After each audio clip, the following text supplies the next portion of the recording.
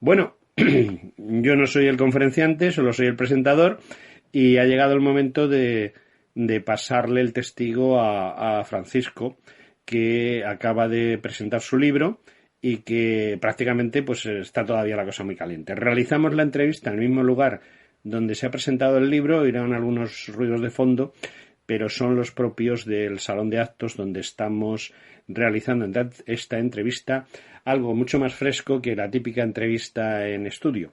La cosa está en caliente, Francisco está presentando su libro, en algunos momentos da la impresión de que está presentando su libro al mismo tiempo que habla con nosotros, y además Francisco tiene que apoyarse, porque es un libro muy grande con muchos datos, en algún momento lee algún texto del libro muy pequeño para ilustrar lo que nos dice. Bueno, Francisco, buenas tardes y muchas gracias por atendernos. Vamos allá con tus declaraciones.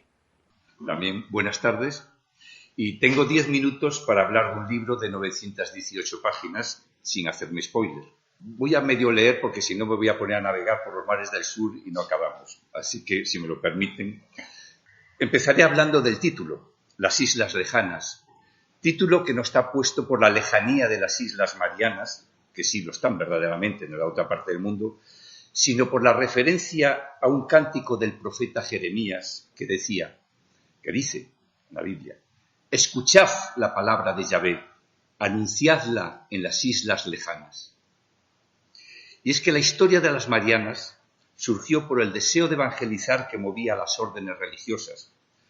Lo consiguieron los más activos, que eran los jesuitas en aquel momento, y les costó mucha sangre.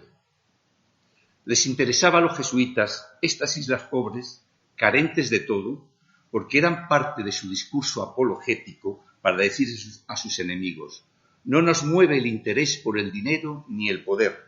Esto es la evangelización pura de un pueblo pagano. Porque la historia de las Marianas, resumida, ha sido así. El 6 de marzo de 1521 es cuando se encuentran los dos pueblos, el de la Oceanía y el de Europa. Y ahora se celebra, igual que se celebra el 12 de octubre, el Día de la Hispanidad, el día, los pacifistas, que nos llamamos así, celebramos el Día del Encuentro de Asia con Europa, de Oceanía con Europa, este día precisamente. Bien, pues Magallanes recala en unas islas preciosas y le llama, la bautiza con el bello nombre de las Islas de las Velas Latinas.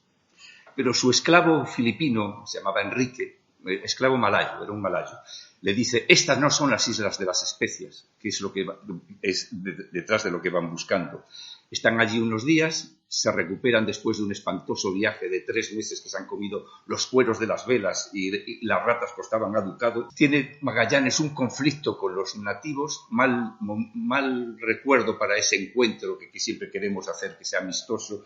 No fue amistoso, hubo muertos y hubo quema de un poblado. Pero cuando se van a las islas, ya no son las islas de las velas latinas, son las islas de los ladrones, es como les queda el nombre. 5 años más tarde sale de La Coruña la expedición de Jofre de Loaiza a buscar los restos de la expedición de Magallanes. Solo ha llegado Magallanes, pero allí ha quedado gente a ver qué ha pasado, y además ha sido un buen negocio ir a las especies. O sea, sin contar los muertos, la expedición de Magallanes ha dado más dinero del que había costado la traída de aquellas especies que trajo Juan Sebastián Elcano con los 16 hombres con los que llega de los 250 de los que ha salido. Bien, pues Loaiza no triunfa, fracasa también, y le seguirán otras expediciones que van a buscar los restos de la de Magallanes y de la de Loaiza. Son la de Álvaro de Saavedra, la de Hernando de Grijalva, la de Ruy López de Villalobos, pero todos tienen el mismo problema: no pueden regresar desde Asia. El Pacífico no se deja atravesar en el sentido África-América. Tenemos ahí un problema. 5 veces se intentó y las 5 veces se fracasaron los barcos. Tendrá que llegar Legazpi 45 años más tarde que cuando pasó Magallanes. Legazpi ya se acuerda de tomar las Islas Marianas, que son las islas de los ladrones todavía, de tomarlas en nombre de la corona del rey de España. Cuando llega a Filipinas, conquista las Filipinas, y un fraile que va con él, Urdaneta, que era un antiguo miembro de la expedición de Loaiza, que había estado allí 12 años prisionero y viviendo por la zona, es el que sabe hacer el tornaviaje, la ruta de regreso. Es subir mucho hacia el norte, coger los vientos del oeste y regresar a América. Con esto, con la ruta de Urdaneta, el tornaviaje, ya se puede ir a Asia y volver. Y con esto se inicia la ruta de navegación más larga del mundo que hubo hasta entonces y hasta ahora. El galeón de Manila, cuando sale el galeón de Manila hacia América, o el galeón de Acapulco, cuando sale de Acapulco, Nuevo México, hacia Manila, o también conocido en el argot como el la nao de la China. Era un viaje de 4 meses ir y 7 meses volver. Incluso algunos barcos, hay registros que tardaron 11 meses y se volvía con mucho dolor, con mucho sufrimiento y con muchos peligros. Y Marianas, en medio de este viaje, ir por más o menos por los 14 grados de latitud y volver por mucho más arriba, pasa a ser un mero punto de recalada en la ruta.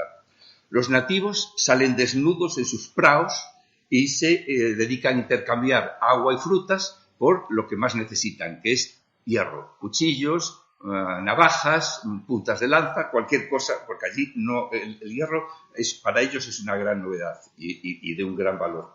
El galeón de las Indias vemos que es muy importante, el galeón que va desde las Indias hasta Filipinas, el tornaviaje a Acapulco es muy importante. ¿Por qué? Pues porque empieza a haber una concienciación de lo que sucede. ¿Qué es lo que hace que los religiosos españoles comprendan la situación y sobre todo que actúen en consecuencia? Expediciones de los misioneros que van pasando por allí, que salen a evangelizar Asia, la China, el Japón, el Siam, se quedan espantados al ver a aquellos hombres salvajes, abandonados sin que nadie se ocupe de ellos, ni por la salvación de sus almas. Hay intentos de los franciscanos y algunos, como Juan Pobre Zamora, salta del barco, se queda un año en las islas y hasta que el galeón del año siguiente lo recoge, permanece allí con ellos y escribe una apasionante crónica de su vida con los indígenas. Lo único que tenemos real de los indígenas, después fueron más contaminados por lo que irán viendo. Pero de estos felices contactos con los nativos, con los salvajes, empieza a manifestarse las ideas del buenismo. Y el buenismo es que todo hombre nace bueno, pero es la sociedad quien lo pervierte. Es la idea del buen salvaje que los pensadores de la Revolución Francesa, los enciclopedistas y sobre todo Juan Jacobo Rousseau en su Emilio, lo va a llevar a niveles de verdades universales, contrario a lo que nos ha ido enseñando la Iglesia Católica siempre. No era esto. Bien. ¿Cuánto tiempo pasa desde que se descubre las islas o empiezan los religiosos a concienciarse de la situación hasta que verdaderamente se hace algo para aquellas gentes? Así pasan 150 años en este pasar por allí los barcos y hacer el intercambio, pero hay un momento, al cabo de estos 150 años, que pasa por allí un misionero es un misionero jesuita que va a Asia, que se llama Diego Luis de San Vitores. Es un burgalés cuyo padre era un alto cargo en la corte y siente una llamada y escucha una voz. Pauperrimi misite. Te envío entre los más pobres. Entonces se pone en movimiento. Pero el virrey de Nueva España, ni el gobernador de Filipinas, ni la corte de Madrid se quieren gastar un ducado ni un hombre en estas islas que ni producen, ni hay mineral, ni cosa de interés, ni valor militar, ni estratégico. Además, se recuerdan otros intentos fracasados de colonizar islas en medio del Pacífico, como la expedición de Mendaña, fracasada, la de Pedro Fernández de Quiroga, también lo mismo, o la de Villalobos. Las islas no aguantaban más gente de la que podían sostener por su pequeño ecosistema que eran. Pero el corazón de la joven reina viuda, doña Mariana de Austria, se conmueve ante las historias que le van contando los jesuitas y los otros frailes de saber que hay hombres y mujeres condenados por no tener el bautismo. Y en aquellos momentos, la misión divina de España para esa generación, lo tenían todos muy claro, era llevar la fe católica allende los mares. Recuerden que Cristóbal Colón, después de descubrir América, en sus siguientes viajes empieza a afirmar como Cristóforos Columbus, Cristóforo, el portador de Cristo. Y era con esa idea con la que se iban muchos. ¿Qué hace la reina, la esposa de Felipe IV, para mejorar la situación de estas gentes y a través de qué instituciones hispanas y a través de qué reglamentación o qué poderes de la Iglesia se empieza a colonizar desde el punto de vista religioso, en un principio, las islas? El Patronato Real, que es la institución real que se dedica a la evangelización de los nuevos pueblos descubiertos, por orden del Papa. El Papa concede unas bulas al rey católico para que evangelice esos nuevos pueblos.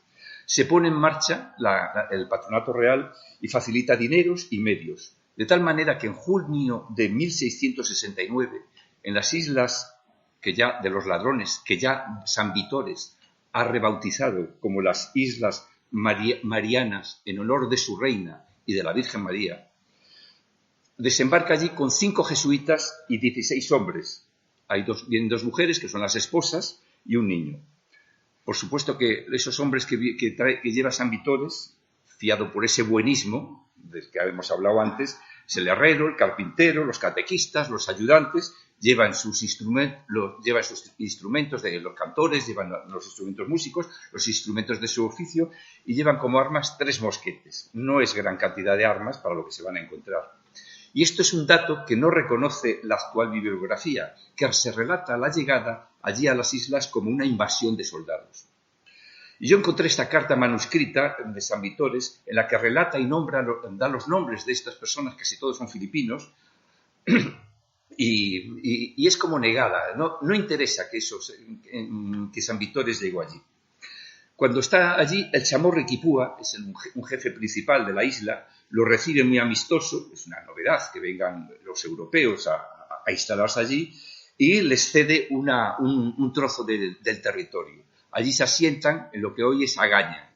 La aldea, el sitio donde se asientan ya se llamaba Agaña. Hoy sigue siendo Agaña la capital de las Marianas o la capital de Guam. Y en estos primeros tiempos recorren las 16 islas hasta el norte. Son 16 islas, es un archipiélago así estirado en dirección norte-sur. El Guam precisamente es la más al sur. Y son 500 millas donde una isla no se ve de otra. Y recorrer esas distancias en un prao, que es una embarcación ligerísima, hecha de tablas y un tronco vacío, con un balancín y una vela de palma trenzada, es todo un riesgo. Ellos lo harán en aquel momento y no se volverá a hacer hasta 25 años más tarde con Quiroga. Desde su llegada y hasta que aparece Quiroga en escena, ¿qué sucede? ¿Qué hacen los jesuitas que están tratando de evangelizar las islas? Y digamos que cuál es la respuesta con la que se encuentran por parte de los chamorros, creo que al principio buena, pero más adelante muy conflictiva, y qué es lo que va a hacer al final que haya que recurrir a un capitán de los tercios, aunque ya no lo sea, sino que sea casi un misionero. Bien, en ese tiempo los misioneros que están allí exploran las islas, cuentan a los habitantes, cuentan sus poblados, los pueblos, levantan cartas, bautizan niños, catequizan a los adultos, pero pronto empiezan los problemas. Ataques a los misioneros, peleas de celos entre los indios, a ti porque te bautizan, a mí no, porque tú eres amigo, porque tú tienes estos derechos y yo no. Y antes de que pasen 3 años desde que se han instalado allí, San Vitores es asesinado y varios sacerdotes y varios catequistas.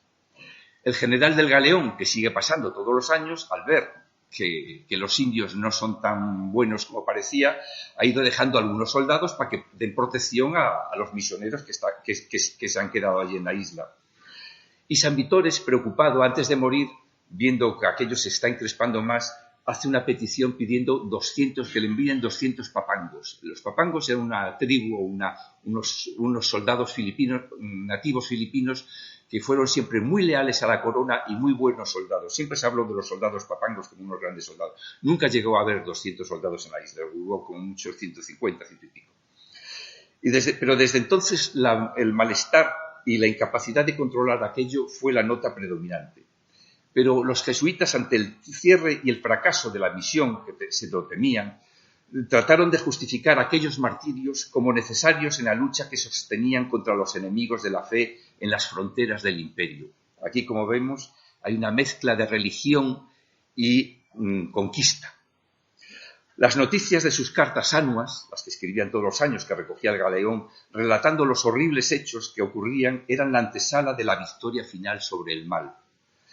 También cometen otro error los jesuitas, exagerar el número de los nativos que había en la isla. Hablan de 50.000.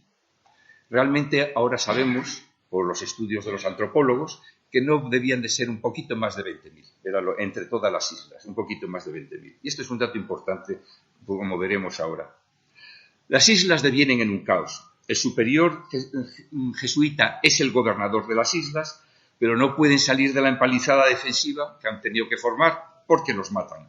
Los capitancillos criollos que les ha ido dejando el general del galeón cuando pasa por allí, lo que se dedican es a hacer racias de castigo por los pueblos, queman a los pueblos, matan indios, con lo que estos se encabritan cada vez más y la situación es cada vez más encrespada.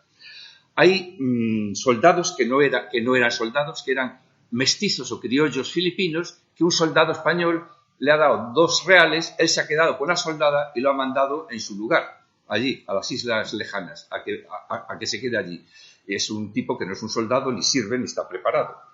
Hay muy pocos españoles y los indios amigos que soportan la presión de una población extraña a la que hay que alimentar y sufren las injusticias y abusos, las nuevas enfermedades que les llevamos, los cambios en sus costumbres, y después están los pocos soldados españoles que tenemos y los indios enemigos muy bravos y dispuestos a echar a los Castilla al mar.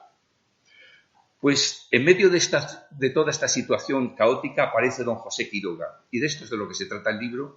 ¿Quién es Quiroga? ¿De dónde sale? ¿De dónde procede? Y realmente cuál es su acción o qué méritos tiene su acción tanto en dejar su situación de eremita en la zona de Salamanca, hacer el largo viaje hasta las Marianas y sobre todo esos casi 40 años que luego va a pasar en las Marianas y que van a hacer que todo este desastre que acabamos de oír se convierta en una situación completamente diferente en la cual haya integración entre los Castilla, los españoles y los chamorros? En medio de este caos, no solo que se están organizando los indios, porque la novela cuenta el caos que está organizando también el galeón que viene de Acapulco con el situado, que es la paga de los soldados y la paga de los jesuitas, y la paga para mantener la misión, y los suministros que trae. Todo eso es muy interesante, que no se ha desembarcado, que vaya a Filipinas y allí se ha usado para venderlo y hacer el negocio con el galeón de Manila, que sacaban unos beneficios del 300% o más, a veces en algunas ocasiones más.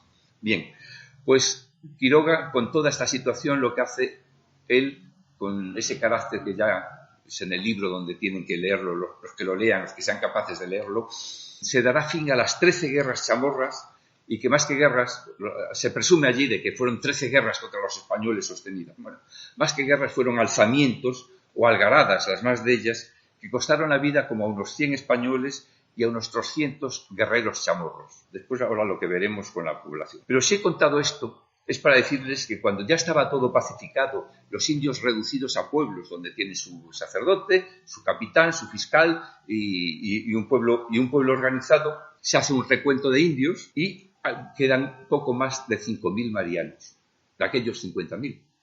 Entonces, ¿dónde están los 45.000 que faltan? Ya he dicho que realmente había 20.000. Entonces surgen las voces críticas. Los han matado entre los jesuitas y don José Quiroga, su brazo ejecutor. Le echan la culpa a él de todo, carga con todo el mochuelo. Clamará Juan Jacobo Rousseau años más tarde cuando empiece el acoso y derribo contra la Compañía de Jesús. Y lamentablemente todo esto es lo que ha recogido la historiografía angloamericana. Y España nunca ha sabido responder con coherencia a esta acusación. Quizá no ha sabido responder porque ni nos habíamos enterado de lo que allí había pasado y las cosas que se van diciendo. Entonces, si yo he escrito este libro sobre este personaje, es he tratado de novelar la vida de don José Quiroga, llamado el gallego o el eremita, para rehacer su nombre ignominioso, porque los que puedan ver Wampedia, que es la Wikipedia de Wam, esto es lo que le enseñan a los niños. Dice, es la figura principal de la subyugación del pueblo chamorro y el responsable de una tenaz y persecución matanza. Esto es lo que se dice en el Pacífico, porque en las islas Hawái se habla mucho de ellos también. Y yo lo que insisto y lo que defiendo en el libro es que si hoy existen los chamorros, con su idioma, sus costumbres y su catolicismo, es por sujetos como este hidalgo honesto, salido de un pueblo de la Galicia profunda, leal a su rey y fiel a su Dios, y que fue capaz de llamar a los indios marianos mis pobres hermanos desnudos. Y esto fue lo que me hizo a mí decir, esto tiene que ser una mentira, esto es parte de la leyenda negra. Oír que un hidalgo del siglo XVII sea capaz de llamar a aquellos miserables, pobres, incultos, salvajes, que fuera capaz de llamarle mis pobres hermanos desnudos. Y esto se lo dice a la duquesa de Aveiro, un personaje asombroso, una mujer que sabía 9 idiomas, entre ellos el latín, griego y hebreo. Estaba escribiendo una historia de la cristiandad en Oriente, una mujer duquesa de Aveiro, una de los grandes títulos de Portugal, que por la tradición de los Braganza, como dice ella, se viene a servir al rey de España, abandona su país, se viene a España, se casa con el duque de Arcos. Ella era la protectora de la misión mariana, de la que Quiroga estuvo en su casa un tiempo, mientras no se embarcaba para irse a las Marianas. Y esto fue lo que me hizo moverme en buscar a este personaje. Me descubro y me encuentro con que hay toda una historia oculta, toda una historia detrás de estos personajes, como decía el almirante Rebollo, dice que hay que descubrir para levantar el sentido que tenemos de nuestra historia, que es una historia muy asombrosa. ¿Cuál es la situación actual desde el punto de vista político y militar de las Islas Marianas y más concretamente de la isla de Guam? ¿Y cuál es la influencia o cuál es la situación que los Estados Unidos de Norteamérica presentan respecto al pueblo chamorro y al ámbito internacional de estas islas? ¿Qué nos puedes contar de cómo es la situación actualmente y cómo ha llegado o está en estos momentos? Bueno, actualmente se llama territorio no incorporado a la Unión. Es una forma elegante de no llamarle colonia. Sí, es leyes americanas, todo es americano. Tienen bases americanas. ¿Qué influencia tiene además el amigo Josep Quiroga o José Quiroga actualmente en la historia de las islas y cómo ha sido cambiado accidentalmente, espero, aunque todos sabemos que no es así, se ha traducido bastante mal con cierta incuria hacia los españoles la actuación de Quiroga? ¿Hay posibilidad de que esto cambie con el paso del tiempo y sea restaurado en su honor el amigo Quiroga? Veamos, ¿les interesa a los chamorros realmente la actuación de Quiroga y sobre todo ellos comprenden que no es real la leyenda negra y que la situación de Chamorro en las islas fue muy diferente? Y les he contado cosas de este personaje, diciéndoles que quizás muchas de las traducciones, porque he tenido muchas veces la paciencia de cotejar la traducción inglesa con el documento original, y me he encontrado con historias tan curiosas como dice, y Quiroga entró en el campamento y estaban todos dormidos y sin piedad los mató. Cuando les he leído en la universidad, les dijo, no, el documento real dice, es la carta de un jesuita que dice, y Quiroga, él tenía que entrar en el campamento a coger a un nativo porque lo tenía que mandar a otra isla porque llevaban 3 meses asediados. Y porque los indios eran muy bravos y muy salvajes y además ocupaban el doble que un español de aquellos que medíamos 1,40 y estos medían 1,80.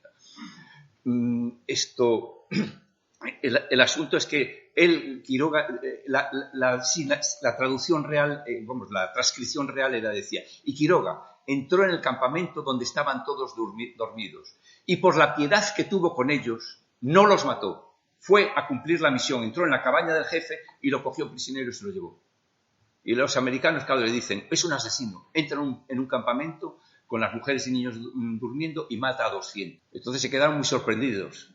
les pasé ese documento, esa carta, y que ellos la tienen, pero mal traducida.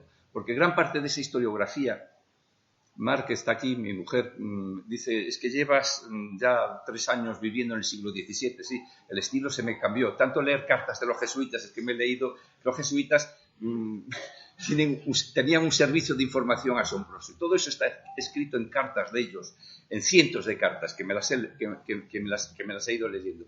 Y cómo van describiendo todas las vicisitudes de lo que pasa. Y resulta que gran parte de esas cartas, hay un canadiense que las ha traducido al inglés y no siempre la traducción es correcta, pero se han fiado más que nada de unas cartas que se recogen, se llaman Magbrox, es un anticuario que en el siglo XIX se dedica a comprar por toda Sudamérica y por toda Filipinas documentos españoles antiguos.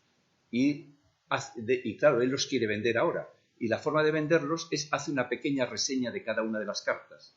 Y esas cartas, todas las reseñas, están todas hablando mal de Quiroga de una manera sistemática. Yo gran parte de esas cartas me las he encontrado en la Real Academia de la Historia y en las cartas y libros que han escrito los jesuitas.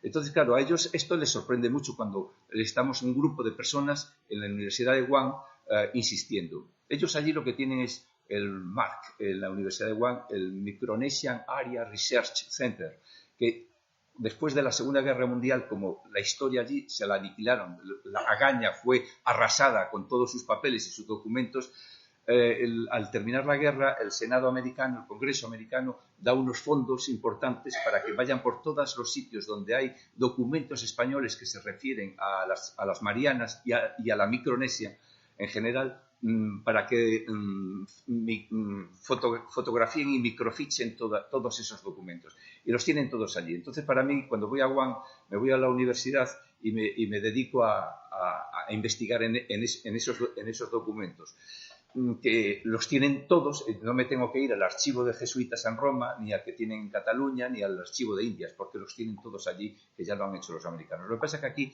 me he encontrado yo que tienen muchos ficheros en la Real Academia de la Historia que no los reconocen. Por eso, a veces les paso la carta, como la de la duquesa de Aveiro, cuando dice, mis pobres hermanos desnudos.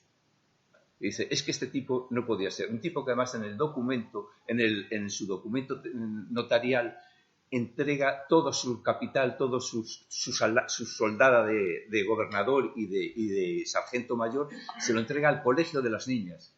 Que esto es otra cosa que quería contar.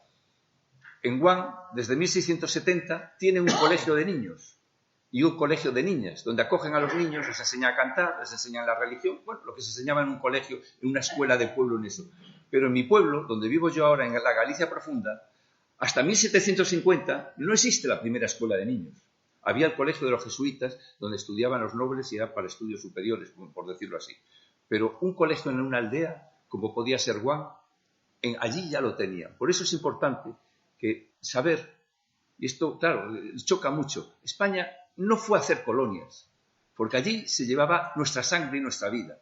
Iban al lado también, es cierto, los conquistadores, iba otra gente también que iban a ganar dinero. Pero había gran parte que se iban por ese sentido que tenían de transmitir la fe. Era muy importante eso, era muy importante. Y tenían que transmitir la cultura y la vida. Y eso es lo que... Porque los ingleses, los holandeses y los franceses y portugueses sí hicieron colonias. Hacían colonia un sitio donde se comerciaba y se negociaba. Y en España, en Perú, había una universidad a los 50 años de haberse caído el imperio del Tihuantinsuyo, o sea, el imperio de los incas, y de los aztecas lo mismo. Y en Santo Domingo había otra universidad. Pero estoy hablando de 50 años después de llegar nosotros. Y en Filipinas había la Universidad de los Jesuitas en San Miguel de Cebú, también estaba en el año 50 años después de llegar Legazpi y conquistarlas. Esa es parte de nuestra historia y la que tenemos que reclamar. ¿Existe una cantidad suficiente de documentación que nos pueda apoyar, que nos pueda ayudar en el estudio de Quiroga, o simplemente nos tenemos que apoyar en todo lo que acaba de contarnos que existe en la Universidad de Guam, recopilado de otros lugares, pero básicamente nos tenemos que apoyar en lo que dicen las cartas de los jesuitas y lo que dicen las cartas de la duquesa de Aveiro? ¿Hay otra documentación o realmente la documentación que hay es mínima? Sí la hay. Y soy un poco categórico cuando digo, no me encontré ninguna documentación sobre José Quiroga ni sobre las Marianas. Digo en el prólogo que solo una referencia de Fernández Duro, que fue capitán de navío y que fue muchos años presidente de la Real Academia de la Historia. Él se debía de haber leído los documentos que me estoy leyendo yo. Y por eso, en la historia de la Armada Española, él cuenta, dice, y no nos olvidemos de don José Quiroga, que conquistó las Marianas no sin sangre, porque eran, como dije antes, unos indios muy bravos. Y existen documentos, sí, pero están en las bibliotecas antiguas. Por ejemplo, existe La muerte y vida del padre San Vitores, libros hagiográficos del fundador de la misión, y del padre Sebastián Monroy, que también muere allí, y del padre Medina, también 3 libros. El de San Vitores es mucho más gordo que el mío, son 1000 y pico páginas, y además con aquella letra que tenían tan horrible, con esa letra de imprenta. Y son libros que es un libro de 1680, de 1700, claro, son libros que están guardados en las bibliotecas, archivo, no son libros publicados ahí. Después está el del canadiense Levesque, que lo que hace es recopila todos los documentos que encuentra y hace el documento en español y el documento traducido en inglés. Que los ingleses es la bibliografía americana es la que estudia, pero es un libro de ámbito del Pacífico. Yo creo que en España no sé si estará editado o si alguien lo tendrá por aquí. Después, recientemente acaba otro que está estudiando también las Islas Marianas, es un profesor de la Universidad Pompeu Fabra, se llama Alessandro de Cuello de la Rosa, ha escrito una historia de las Islas Marianas, pero es la historia de uno de esos historiadores que hablé antes, que había hecho, los jesuitas tenían que defenderse y tenían que contar lo que estaba pasando en las misiones, porque los estaban atacando por todas partes. La verdad que tenían mucha razón para atacarlos, pero bueno, es otra historia. Pero ellos se tienen que estar defendiendo fuertemente. Entonces escriben una historia de las Islas Marianas, pero no la escriben los jesuitas españoles, escriben las cartas, escriben los documentos, pero la escribe un francés que se llama Charles Le Gobain, también jesuita. La publican en Francia en 1702. No sé si en Francia habrá Historia de las Marianas traducida ahora, o sea, reeditada ahora, pero son libros antiguos.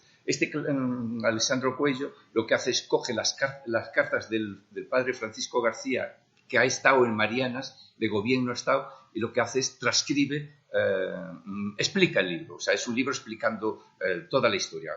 Entonces ya tenemos una historia de las Marianas, pero solo es hasta unos años después de Quiroga. Desde que llega a San Vitores hasta que unos años, se queda en el año 84 por ahí, más o menos. Quiroga se muere en el 1720, después de haber reducido las islas. Era un poco eso lo que hay. ¿Qué sucede a partir del Tratado de París de 1898 y cómo sucede esa rendición? ¿Cuál es la actuación de los Estados Unidos? ¿Y cuál es la situación actual? Porque existen dos estados diferentes que se llaman Marianas, que nosotros sepamos. Y tampoco entendemos muy bien cómo Estados Unidos al principio se hace cargo de las Marianas y de Guam, no tienen muy claro qué quieren y tardan un poco en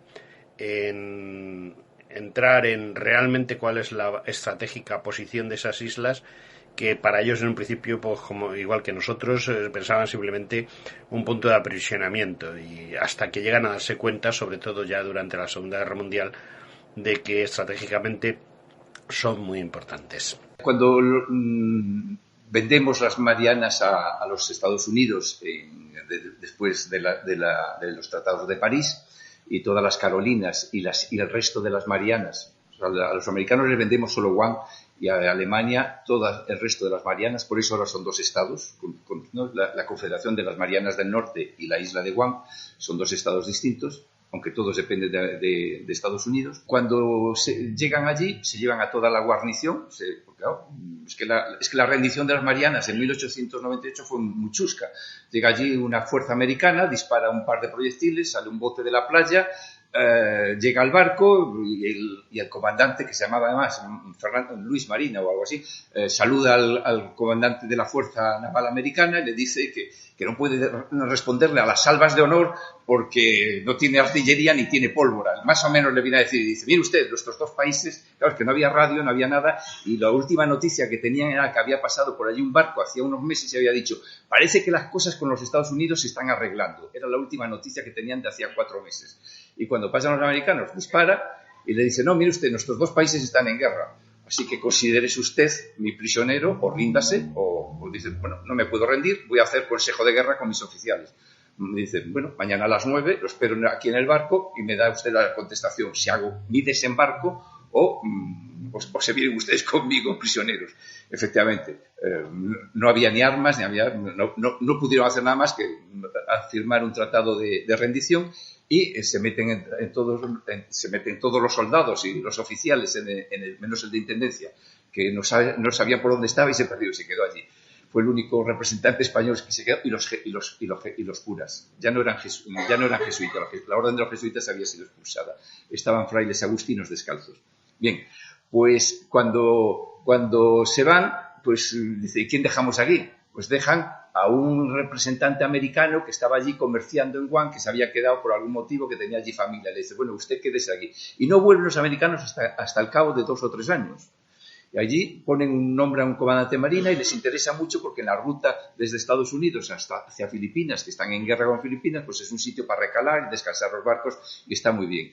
Y allí la vida en España, lo único que se hace es arriar la bandera española. Pero sí sigue sonando las campanas, sigue la gente haciendo lo mismo, se sigue hablando español, allí no cambia nada. Y al cabo de 3 años ya llega un destacamento naval. Hay un jefe militar naval, que pasa a ser el gobernador, con sus soldados. Ya empiezan a hacer una base naval. Y así están prácticamente con un gobernador militar hasta que llega la Segunda Guerra Mundial. En la Segunda Guerra Mundial ya las cosas cambian. Así los invade Japón, y empieza una de las batallas más duras de la batalla del Pacífico, que fue la reconquista de las Marianas. Las Marianas, en la isla del norte, que son 100 kilómetros cuadrados, murieron 30.000 japoneses y además la mitad se suicidaron. O sea que fue una batalla terrible. Pues a partir de ese momento, como los aviones ya pueden llegar, los B-25 ya pueden llegar desde la isla de Tinian, que es una de las islas del norte de Marianas, ya pueden llegar a bombardear Japón, pasa a tener un valor estratégico importantísimo. Y desde allí salen los 2 aviones que van a llevar las bombas nucleares a Hiroshima y a Nagasaki. Y a partir de ese momento, las Marianas y sobre todo Guam se convierten en el gran portaaviones de los Estados Unidos en el Pacífico. Pueden dominar toda la costa este de Asia, desde la isla de Guam. Por eso es un enclave para ellos importantísimo. Tiene una base naval donde están los B-52, los que llevan las bombas nucleares, esos que están permanentemente volando, y para ellos desde ese momento, después de la guerra, las campanas católicas dejan de sonar, se acaba la enseñanza del español, se acaba el español, se acaba lo español, y empiezan a decir, mirad lo que hicieron los españoles, solo os pusieron iglesias, pero no os trajeron escuelas ni hospitales como os hacemos nosotros. Y claro, eran años distintos, y entonces empieza la desespañolización de las islas. Hoy en día los apellidos siguen llamándose Cruz, Herrero, León, se siguen llamando con los nombres españoles, pero todo es americano. Bueno, pues hemos llegado al final de nuestro tiempo. No podemos continuar con la entrevista porque el reloj manda sobre nosotros, pero creo que todo lo que nos ha contado nuestro amigo Francisco Ruiz, capitán de fragata retirado de la Armada Española y gran conocedor de las islas, porque, bueno, tiene familia allí, vive allí una parte sustancial de tiempo al año y conoce bien al pueblo chamorro, y gracias a ese conocimiento pues ha dedicado su tiempo a hacer este libro, y este libro para él es sumamente importante porque trata de que el pueblo chamorro y en general la humanidad conozca el trabajo de un hombre que pretendió ayudar a sus pobres hermanos desnudos, y que sin embargo la leyenda negra creada en los Estados Unidos de Norteamérica por los angloparlantes en sí, y apoyado por esa lucha contra la Iglesia Católica continua, que mantienen determinadas entidades medio secretas que existen, pues ha desprestigiado a un hombre que merece ser rehabilitado, más que nada porque entregó su vida a la evangelización y a la culturización de un pueblo como es el de la isla de Guam y el de las Islas Marianas en general. Y desde aquí pues le damos las gracias y estamos siempre a su disposición para cualquier cosa que nos quiera hacer llegar sobre este o cualquier otro tema que ayude a desvelar la verdadera historia de España. Muchas gracias, Francisco.